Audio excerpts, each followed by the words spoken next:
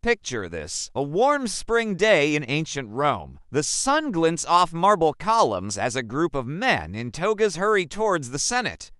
But something's not right. There's tension in the air, whispers in the shadows. Little did anyone know this day would end in the most infamous betrayal in history. Welcome to the dark world of ancient treachery. I'm your guide through the twisted corridors of power, where loyalty means nothing and ambition ... is everything. In a flurry of violence, Caesar was stabbed 23 times. And as he fell, bleeding on the Senate floor, he looked up to see a face he never expected, his dear friend, Brutus. The answer lies in a web of political intrigue, fear, and misguided ideals. Ptolemy stole Alexander's body, using it as a symbol to claim Egypt. Antigonus declared himself king of Asia. And Cassander, he went so far as to murder Alexander's wife and son, wiping out the great conqueror's bloodline forever.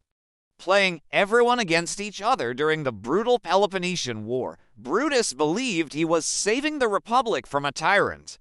But when he was accused of sacrilege, he didn't just flee. He defected to Athens' bitter enemy, Sparta. He gave them military secrets, helped them win battles, and even seduced the Spartan king's wife. It's a chilling reminder that even the mightiest empires can fall to betrayal from within. She's often remembered for her beauty and her affairs with Roman leaders. After Caesar's assassination, Cleopatra didn't miss a beat. Betrayed by her own people and facing defeat by Octavian's forces, she chose to take her own life rather than be paraded through Rome as a captive. Hannibal, the brilliant general who crossed the Alps with elephants and brought Rome to its knees. But the politicians back in Carthage, jealous and short-sighted, refused to send him the reinforcements he needed. They left him stranded in Italy, his army dwindling while Rome regrouped. Was ultimately betrayed by the very city he fought to defend? She quickly aligned herself with Mark Antony, Caesar's former right-hand man. These betrayals didn't just change the lives of a few individuals. They altered the course of entire civilizations. The Roman Republic fell. In our world today, with its complex web of alliances and rivalries, what betrayals might be brewing right now? What Brutus stands beside a modern Caesar, dagger hidden in his cloak, Alexander's empire shattered? The lesson of these ancient betrayals is clear: trust is precious and power is fleeting. In the game of empires, you win ... or you die. The balance of power in the Mediterranean was forever changed. Hannibal, who could have changed the course of history, was undone not by his enemies, but by those he sought to protect. Their passionate alliance threatened to tear the Roman world apart. But make no mistake, Cleopatra was a political genius who used every tool at her disposal to survive in a cutthroat world. Remember, you're part of a tradition as old as civilization itself.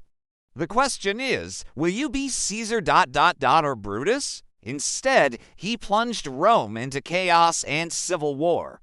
The same leaders who had undermined him now turned to him to save them from Roman vengeance, but it was too late. Carthage fell, and Hannibal spent the rest of his life in exile, hunted by Rome until he finally took his own life with poison he kept in a ring.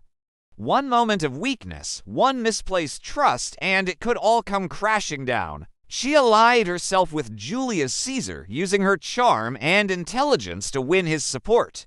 Together, they defeated her brother's forces, securing Cleopatra's place on the throne. Our story begins with Julius Caesar, the man who conquered Gaul and brought Rome to the height of its power. When the Spartans grew suspicious of him, he switched sides again, this time to Persia. His betrayals prolonged a devastating war and left a trail of destruction in his wake. The greatest threat to power isn't always external enemies. It's the poison of mistrust and ambition that grows within. Caesar, Alexander, Alcibiades, Cleopatra, Hannibal, all brought low by those they should have been able to trust. He played all sides against each other, always looking out for number one. In the end, his web of lies and betrayals caught up with him. He died in exile, murdered by assassins, possibly sent by one of the many enemies he'd made. Those words have echoed through history, a testament to the deepest kind of betrayal. He was beloved by the people, feared by his enemies, and completely blind to the danger lurking right beside him. As Caesar strode into the Senate that fateful day, he thought he was among friends. But the glint of daggers told a different story. Et tu, Brute, Caesar gasped. You too, Brutus. His generals, once united in conquest, now turned on each other like rabid dogs. The men who had been Alexander's right hand, Perdiccas, tried to keep the empire together. But greed and ambition proved too strong. He had conquered the known world from Greece to India. But his greatest challenge wasn't on the battlefield. It was the loyalty of those closest to him. But why? Why would Brutus turn on his mentor, his friend? A chain of betrayals was about to rock the ancient world to its core. As Caesar's blood stained the marble floor, little did anyone realize this was just the beginning. Fast forward a few centuries, and we find ourselves in the sprawling empire of Alexander the Great. When Alexander died suddenly at the age of 32, his empire was left without a clear heir. One by one, Alexander's former friends betrayed his memory and each other. The empire Alexander built with blood and iron was torn apart by the very men who helped him create it. But if you think that's shocking, wait until you hear about Alcibiades. This charismatic Athenian was a master of switching sides. Alcibiades started as an Athenian general, charming and brilliant. But Alcibiades wasn't done. Alcibiades' story is a master class in political survival, but at what cost? Now, let us turn to a woman who knew how to play the Game of Thrones better than anyone. Cleopatra, the last pharaoh of Egypt. When Cleopatra's younger brother and co-ruler tried to push her out of power, she didn't hesitate.